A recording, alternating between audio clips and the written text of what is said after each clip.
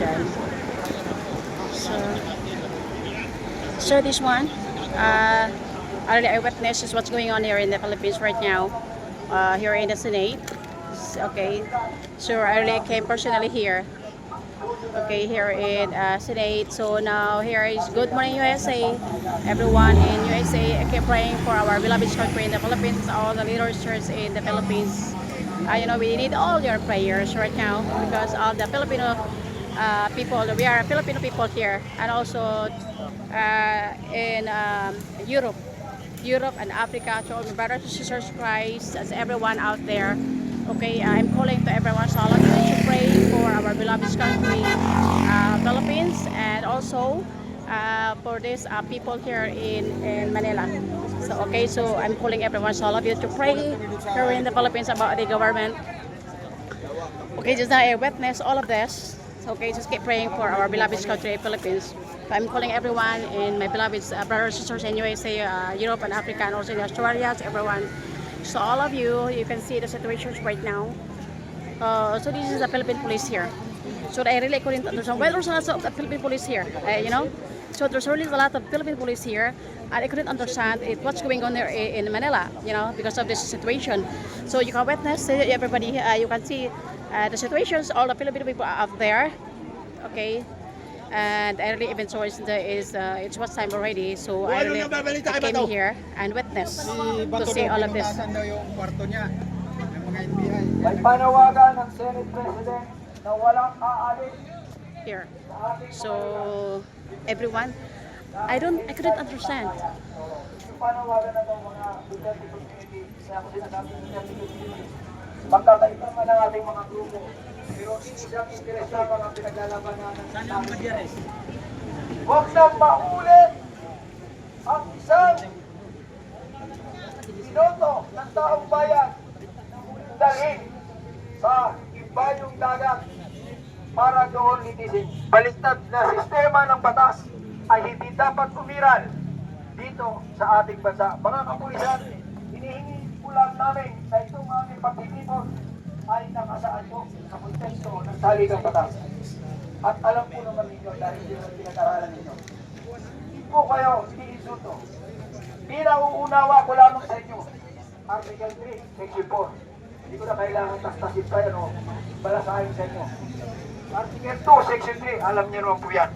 Supremacy of civilian authority over the military and the wrongdoing ng mga government bodies. Kami po ang tagapagsalita ng mga napantakan, korupsyon, anomalya, katiwalya, at mga krimen na ginagawa ng mga opisyalis sa isang dahilan, minamanipula ang ating mga kaisipan, lalo na rin po kayo. Kami po, na nagtitipon dito, ay nagagamit ng konstitusyon para paalam sa inyo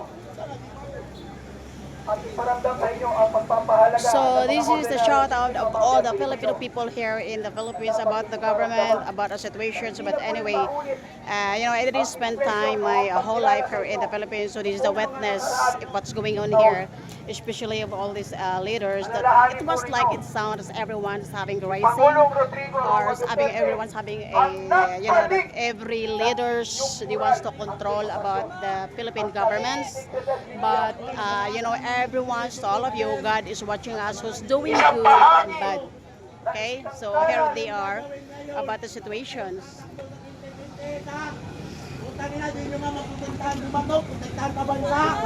Ulol!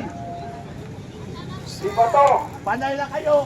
Inilabas doon sa kabila. Utang ina, huwag nyo kaming ululin! Ang tatapang sa speech! Nakuha na raw si Bato. Mark. Ay, Mark. hindi po! Utang ina, nakakapagod yung ganyan! Panay tayo optics Okay lang. Okay yan.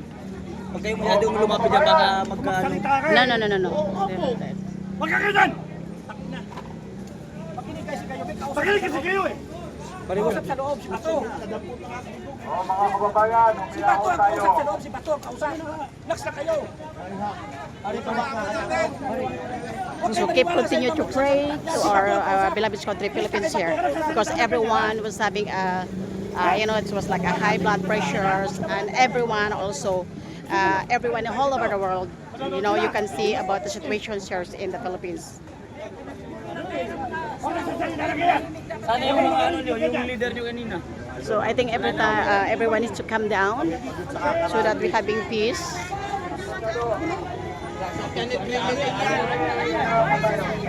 Init ang ulo ninyo. Ilagay nyo sa ulo, ha? Lalagay nyo sa puso nyo eh.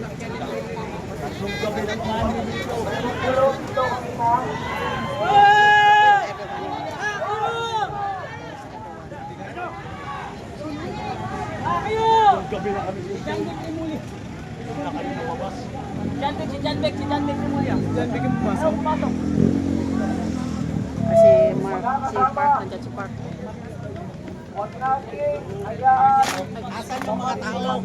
Si Park, nandiyan si Park. Yan, lahat sila. ilalim ang ating Nandiyan mga si Park. kaisipan upang maging maayos ang ating pagsisimula upang sila manalo o makuha yung suportahan ni Senador Ronald Bato de la Rosa. Tawag yung anak kita to. Sentang siya. Sentang ba to? Kumalbay na lang po tulog. Kumalbay lang dito. Huwag din natin hayaang makuha Senador Bato de la Rosa. Dahil mahuhulog muli ang isang pagtataksil sa ating bayan.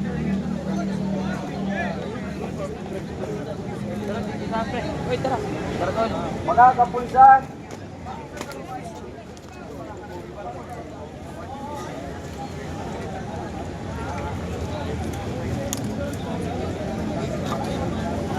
Si Park, si Park. mga kapulisan, mayroon pa rin tayong magkakaintindihan sa mga nabanggit na salita. Isipin na lang natin ang suporta ng bawat isa.